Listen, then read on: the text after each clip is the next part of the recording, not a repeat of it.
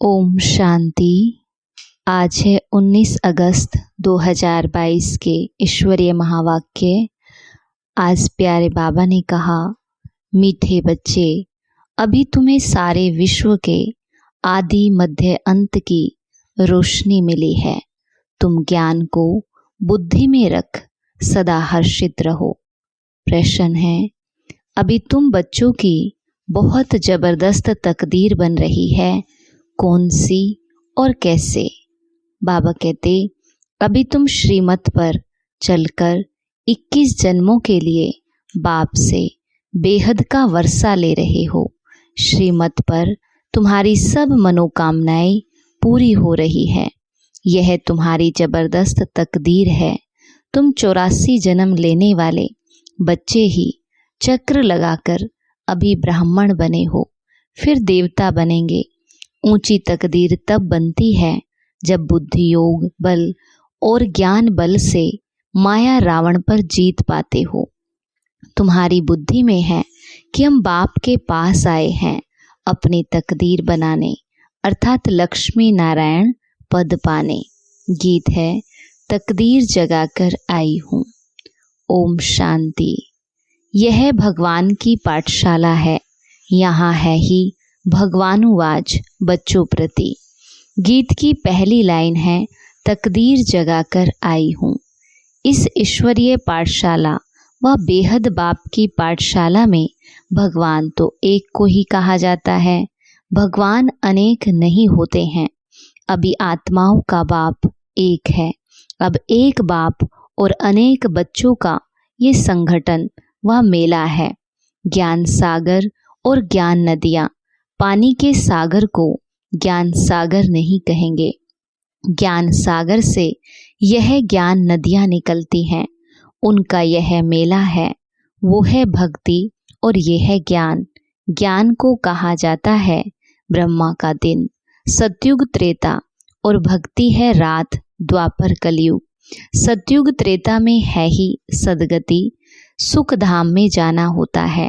सदगति तो एक बाबा ही करेंगे, वो है ही सदगति दाता।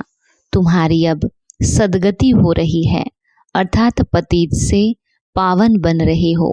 राजयोग सीख तमो प्रधान से सतो प्रधान बन रहे हो। सतो प्रधान बनेंगे तब ही स्वर्ग में जाएंगे। फिर सतो प्रधान से तमो प्रधान में तुम कैसे आते हो? ये चक्र है ना। भारत स्वर्ग था, उसमें लक्ष्मी नारायण का राज्य था। अभी तक भी मंदिर आदि बनाते रहते हैं।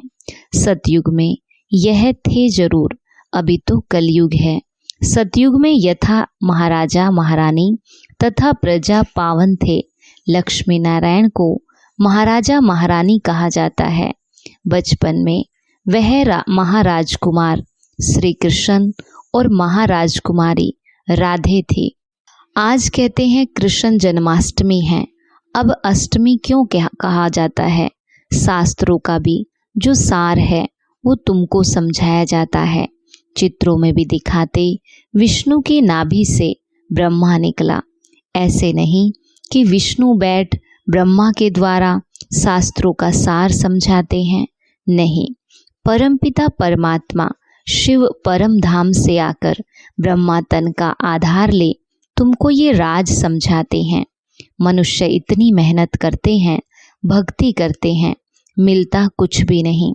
इसलिए भगवान कहते, जब भक्ति पूरी होती तब फिर मैं आता हूँ, क्योंकि तुम्हारी पूरी दुर्गति हो जाती है। सतयुग त्रेता में तो तुम अपना राज्य भाग्य पाते हो, सूर्यवंशी चंद्रवंशी, फिर तुम गिरते जाते हो। ये सब बुद्धि में याद रखना है। तुम बच्चों को अब सारे विश्व के आदि मध्यांत की रोशनी मिली है, और कोई की बुद्धि में ये रोशनी नहीं है। तुम जानते हो सबसे ऊपर है शिव बाबा, पीछे सूक्ष्म वतन में ब्रह्मा विष्णु शंकर, स्थूल वतन में है ये मनुष्य सृष्टि। मनुष्य सृष्टि में भी पहले पहले जगत अम्बा जगत पिता नाम गाया हुआ है। सूक्ष्म वतन में सिर्फ ब्रह्मा ही दिखाते हैं। उनको कहेंगे ब्रह्मा देवताए नमः। विष्णु देवताय नमः। यहाँ जो ये ब्रह्मा सरस्वती है, ये कौन है? ब्रह्मा की बहुत महिमा है। ब्रह्मा की बेटी तो तुम भी हो।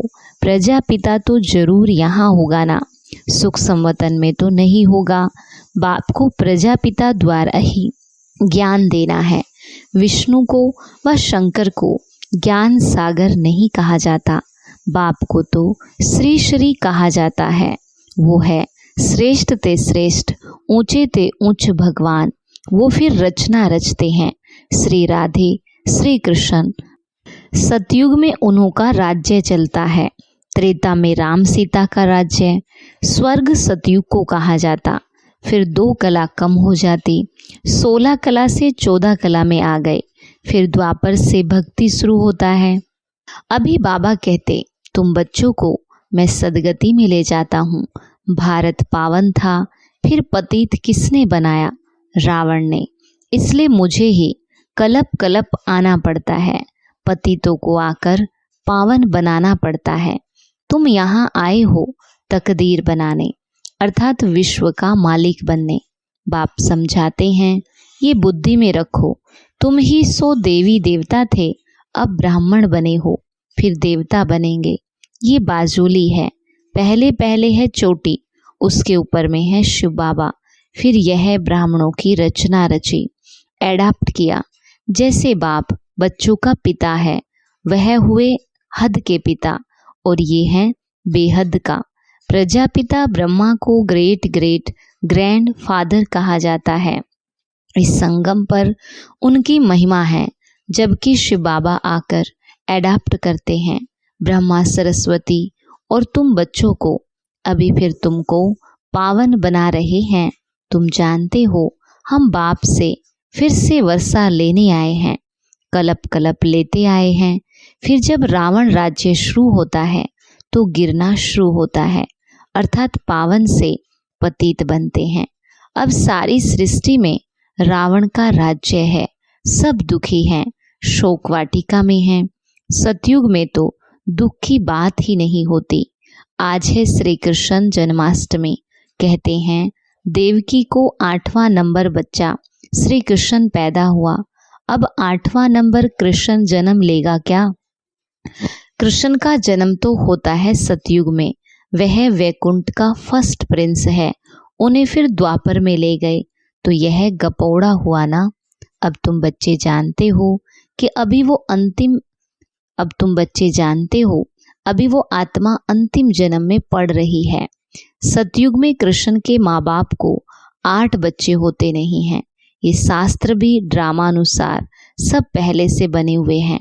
अब बाबा सभी शास्त्रों का सार समझाते। भगवानुवाच, तुमको ये ज्ञान सुनाते हैं। इसमें गीत व श्लोक आदि की बात नहीं, ये तो पढ़ाई है। बाकी ये शास्त्र आदि सब भक्ति मार्ग की सामग्री है। भक्ति शुरू होने से ही पहले पहले शिव बाबा का सोमनाथ मंदिर बनाते हैं। पहले पहले होती है शिव बाबा की अव्यभिचारी भक्ति, और ये है शिव बाबा का अव्यभिचारी ज्ञान, जिससे तुम पावन बनते हो। भक्ति के बाद वैराग्य गाया जाता। तुमको इस सारी पुरानी सृष्टि से वैराग्य है। पुरानी सृष्टि जरूर विनाश हो, तब फिर नई स्थापन हो। ये वही महाभारत लड़ाई है जो कलप पहले भी हुई थी। मुसल आदि नेचुरल कैलेमिटीज जो हुई थी वो फिर होनी है। देवताएं कभी पति दुनिया पर पैर नहीं रखते। महालक्ष्मी का आह्वान करते हैं। हर वर्ष उनसे धन मांगते हैं। लक्ष्मी नारायण दोनों इकट्ठे हैं। महालक्ष्मी को 4 भुजा दिखाते हैं। दीपमाला पर उनकी पूजा करते हैं। हर वर्ष भारतवासी भीख मांगते हैं। ये है विष्णु के 2 रूप। मनुष्य इन बातों को कोई जानते नहीं। इस समय है प्रजापिता आदि देव और जगदम्बा आदि देवी। अभी श्रीमत पर तुम्हारी सब मनोकामनाएं पूर्ण होती है। 21 जन्मों के लिए तुम राज्य भाग्य लेते हो। ये ब्रह्मा है साकारी पिता और शिव बाबा है निराकारी पिता। वर्षा तुमको उनसे मिलता है। वह है स्वर्ग का रचयिता। तुम 21 जन्मों के लिए वर्षा पा रहे हो। कितनी जबरदस्त तकदीर है ये भी जानते हो। आएंगे यहाँ वही जिन्होंने 84 जन्मों का चक्र लगाया, वही आकर के ब्राह्मण बनेंगे, ब्राह्मण ही फिर देवता बनेंगे। अभी तुम बच्चे किसकी जयंती मनाएंगे? तुमको लक्ष्मी नारायण की मनानी पड़ेगी ज्ञान सहित। वो छोटेपन में ही राधे कृष्ण तो दोनों की मनानी पड़े। सिर्फ कृष्ण की क्यों, वो तो कृष्ण को द्वापर युग में ले गए। राधे और कृष्ण तो दोनों अलग अलग घर के हैं, फिर मिलते हैं तो दोनों की इकट्ठी मनानी चाहिए।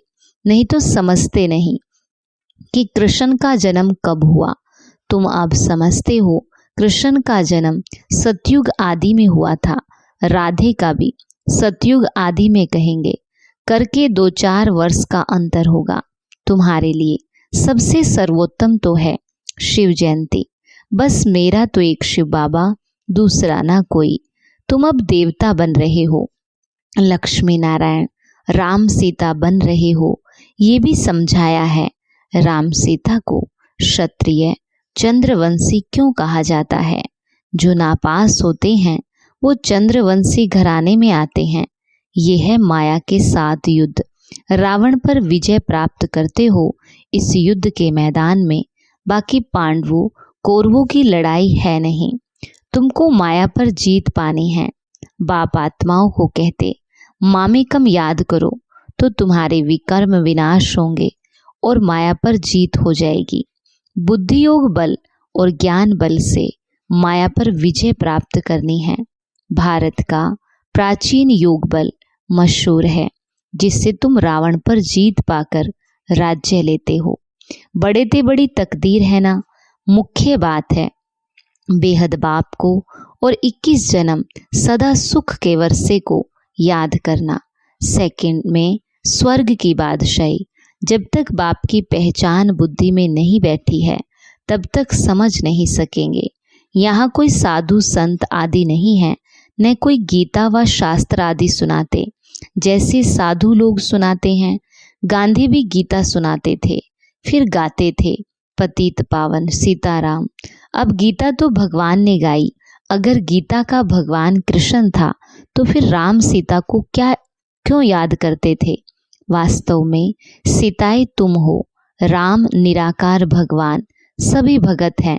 पुकारते हैं हे राम हे भगवान, आप आकर के हम सीताओं को पावन बनाओ।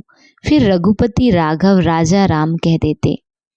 बाबा कहते सुनी सुनाई बात को पकड़ लिया। फिर गंगा को पतित पावनी क्यों कहते? भक्ति मार्ग में बहुत वहां जाते हैं। वर्ष वर्ष मेला लगता है, वहां जाकर के बैठते हैं। तुम बैठे हो ज्ञान सागर के पास, वो फिर पानी में जाकर स्नान करके आते। पावन तो बनते नहीं हैं, पतित ही बनते जाते हैं। तुम तो अभी ज्ञान मार्ग में हो, तुम अभी वहां नहीं जाएंगे। सच्चा सच्चा संगम ये है, जबकि आत्माएं परमात्मा अलग रहे बहुकाल। परमपिता परमात्मा से बहुत समय से कौन बिछुड़ते हैं? वही जो पहले पहले सतयुग में थे, तो जरूर उनसे ही पहले भगवान मिलेंगे। पहले वही आएंगे, यहाँ जरूर पढ़ना पड़े। जो स्कूल में ही नहीं आएंगे तो वह क्या सुनेंगे? गुह्य गुह्य पॉइंट्स कैसे समझेंगे? कोई कहते हैं फुर्सत नहीं, बाबा कहते ये है सच्ची कमाई, वो है झूठी। तुम तो पद्मा पदमपति बनते हो, बाकी इस समय ये तो झूठी साहूकारी है। बल कितने भी लखपति करोड़पति हैं, गवर्नमेंट भी उनसे कर्जा लेती है, परंतु है तो सब झूठी माया, झूठा सब संसार। बाप बैठ समझाते बच्चे तुमको कितना साहूकार बनाता हूँ। अभी रावण ने तुमको कितना दुखी बना दिया, अब उन पर जीत पानी है।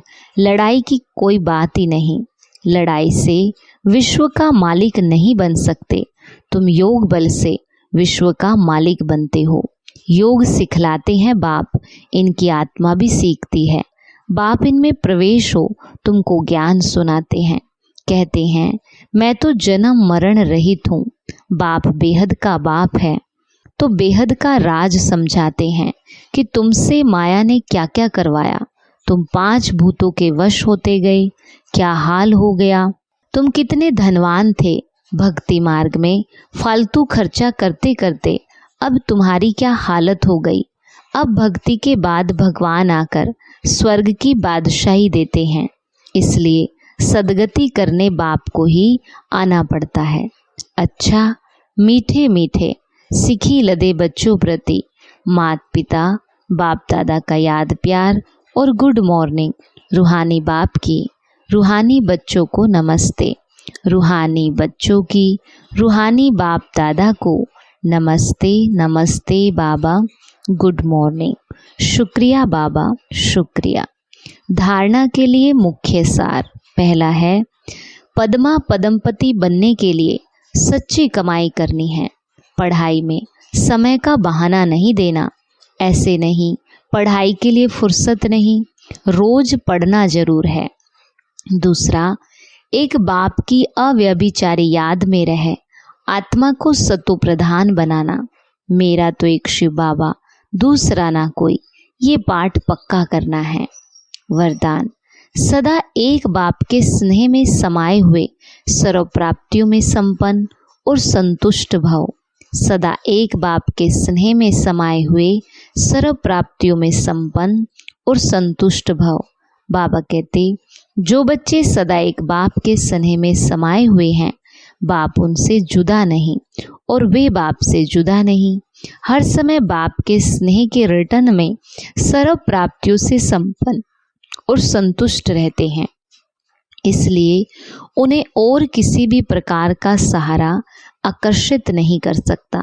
स्नेह में समाई हुई आत्माएं सदा सर्व प्राप्ति संपन्न होने के कारण सहज ही एक बाप दूसरा ना कोई इस अनुभूति में रहती है। समाई हुई आत्माओं के लिए एक बाबा ही संसार है। स्लोगन, हद के मान शान के पीछे दौड़ लगाने की बजाय स्वमान में रहना ही श्रेष्ठ शान है। हद के मान शान के पीछे दौड़ लगाने की बजाय स्वमान में रहना ही श्रेष्ठ शान है। आज का हमारा अभ्यास है, मैं सदा संपन्न और संतुष्ट आत्मा हूँ। मैं सदा संपन्न और संतुष्ट आत्मा हूँ। अच्छा, ओम शांति।